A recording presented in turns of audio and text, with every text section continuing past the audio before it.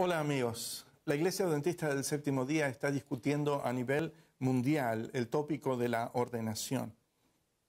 Y esto es importante porque lo que está discutiendo es extender el sistema de ordenación más allá de los límites de género que tradicionalmente la Iglesia Adventista del Séptimo Día ha aplicado históricamente, basado en las Sagradas Escrituras, a riesgo en este caso de la hermenéutica y de la autoridad de las Escrituras.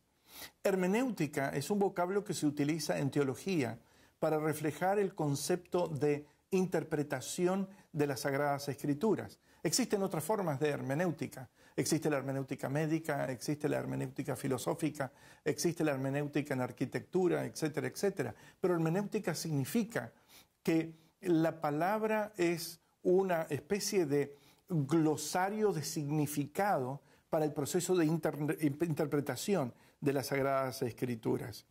Y básicamente la hermenéutica es la que nos guía a la Biblia y a la autoridad de la Biblia, desde la cual nosotros conseguimos nuestro entendimiento de las Sagradas Escrituras que nos guían a las grandes decisiones espirituales, a las prácticas de la Iglesia y a la edificación de todas nuestras doctrinas y enseñanzas que están basadas, por supuesto, en las Sagradas Escrituras y a la totalidad del cuerpo de nuestras convicciones espirituales y religiosas. Por esa razón, hermenéutica y autoridad de la Biblia marchan juntas en este aspecto. El apóstol Pablo da un consejo muy claro en primera epístola de Timoteo en el capítulo 2, versículo 15, al joven apóstol Timoteo. Y él le dice lo siguiente: procura con diligencia presentarte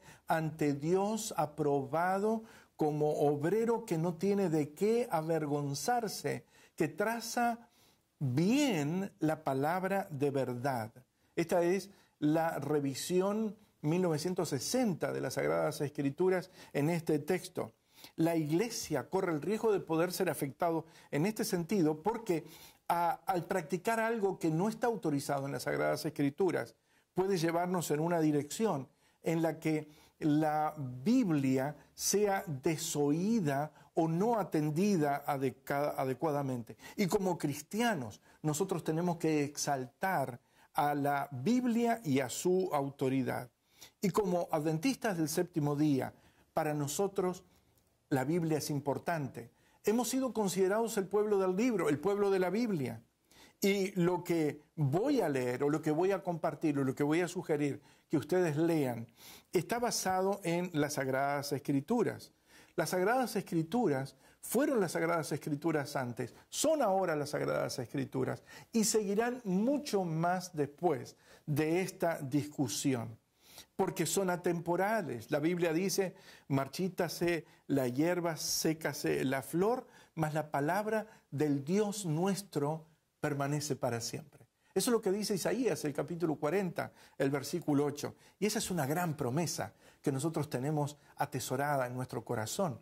Pero la Biblia es la palabra de Dios por lo que dice, no por lo que no dice. Antiguo y Nuevo Testamento son la palabra de Dios. Y en el Nuevo Testamento el apóstol Pablo le dio a Timoteo una serie de consejos muy importantes que, por favor, si usted trae su Biblia y lo lee, abra en primera epístola de Timoteo, capítulo 3, los versículos 1 al 6.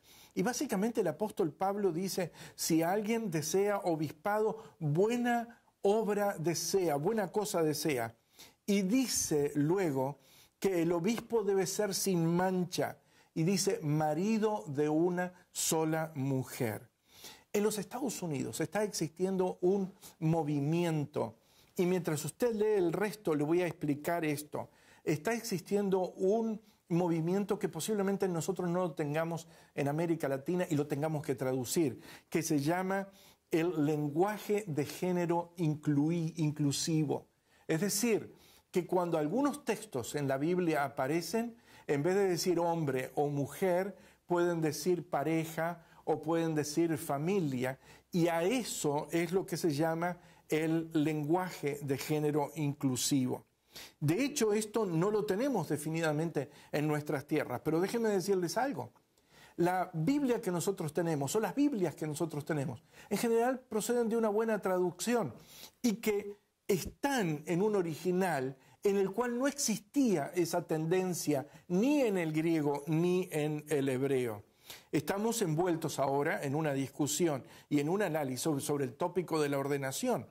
La ordenación es una práctica importante en la Biblia porque califica a la persona para poder cumplir una función eclesiástica o un oficio eclesiástico.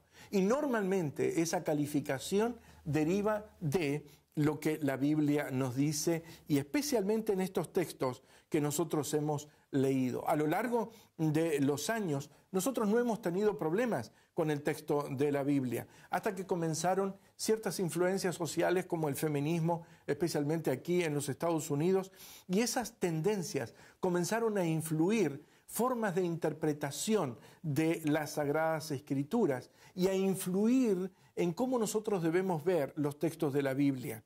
Y la Iglesia, en algunos sectores y algunas denominaciones, han tratado de complacer a esas tendencias. Pero nosotros debemos entender algo, y es, no debemos complacer las tendencias culturales que vienen del mundo. En la Iglesia debemos complacer a Dios, porque nos reunimos para adorar su nombre y validarlo a partir de la autoridad que viene de las Sagradas Escrituras. Y necesitamos actuar y conducirnos en armonía con lo que la Biblia dice, porque la Biblia es la palabra inspirada de Dios. En esencia, el punto crítico aquí es que la Iglesia puede llegar a sancionar y aprobar ordenación de damas, aun cuando el texto claro de las Sagradas Escrituras no está aprobando dicha práctica. Recuerde algo que quiero compartirle ahora. La palabra de Dios está en lo que la Biblia dice, no en lo que la Biblia no dice. Lo que nosotros no podemos hacer autoritario los silencios de la Biblia. Necesitamos estar juntos en cuáles son las prácticas y el entendimiento de las Sagradas Escrituras. Como pastores, como predicadores, como líderes, nosotros debemos presentarnos ante Dios aprobados como obreros que no tienen de qué avergonzarse, que trazan bien la palabra de verdad. Y escuche esto, en la Biblia no hubo liderazgo femenino en el libro del Génesis, no hubo liderazgo de familia a cargo de damas en el libro del Génesis. El liderazgo lo tuvo Adán en el libro del Génesis. No hubo liderazgo femenino en el pueblo de Israel en el Antiguo Testamento. No hubo ordenación femenina para que las damas fungieran como sacerdotes en el Antiguo Testamento en el santuario allí. Tampoco lo encontramos en el Nuevo Testamento. Jesús no llamó a damas como apóstoles. En el libro de Hechos 15, nosotros encontramos que los líderes, la dirección de la iglesia, los comités, los miembros delegados, los oradores, los apóstoles y los enviados a las iglesias, todos fueron varones. Usted lo puede leer en Hechos el capítulo 15. No hubo ancianos femeninos en la Biblia. Tampoco nosotros encontramos pastores del sexo femenino en las Sagradas Escrituras, ni tampoco encontramos obispos en el cuerpo escritural. Y de hecho, en Apocalipsis, el capítulo 21, versículo 14, los nombres de los 12 apóstoles estarán dentro de los cimientos de la Nueva Jerusalén. Cuando tenemos un problema, debemos acudir a la Biblia. Es nuestra autoridad primaria, es la única escritura y es toda la escritura y es lo que contiene la voluntad de Dios. Es importante entender que la voluntad de Dios es un factor importante en la escritura, porque el hombre fue creado por la voluntad de Dios. El hombre y la mujer fueron creados por la voluntad de Dios. El hombre fue redimido después del pecado por la voluntad de Dios. Y la voluntad de Dios eligió al pueblo de Israel. El santuario y su servicio fueron desarrollados por la voluntad de Dios. Y el sistema sacerdotal en todo el Antiguo Testamento fue trabajado y operado por la voluntad de Dios. La tribu de Israel fue elegida por la voluntad de Dios. El Señor Jesús fue enviado por la voluntad de Dios. Y también nosotros nos encontramos con que por la voluntad de Dios nace la iglesia cristiana, aparecen los apóstoles y se establecen ancianos y pastores por la voluntad de Dios. La cultura contemporánea está poniendo a riesgo la voluntad de Dios, la autoridad de las Escrituras y también el proceso de la interpretación. No puede ser la cultura nuestra fuente de autoridad. Es la Biblia en este tiempo quien debe ser la fuente de nuestra autoridad. Aquí hay algo muy importante que nosotros debemos entender. La revelación de Dios, así como está en las Sagradas Escrituras, es lo que nos debe a nosotros guiar en todo aspecto de revelación de lo que debemos practicar y de lo que debe ser nuestra fe. Si hay algo que la Biblia dice que debemos abstenernos, nos debemos abstener, porque lo dice la Biblia. Si hay algo que dice que nosotros podemos practicar, porque la Biblia lo dice, o porque ha sido practicado en la Biblia, nosotros lo podemos practicar.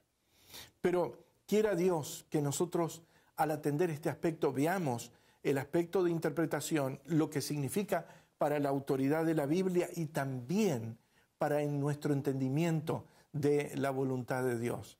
Porque el Padre nuestro dice que su voluntad se haga así en el cielo como en la tierra. Gracias por su atención.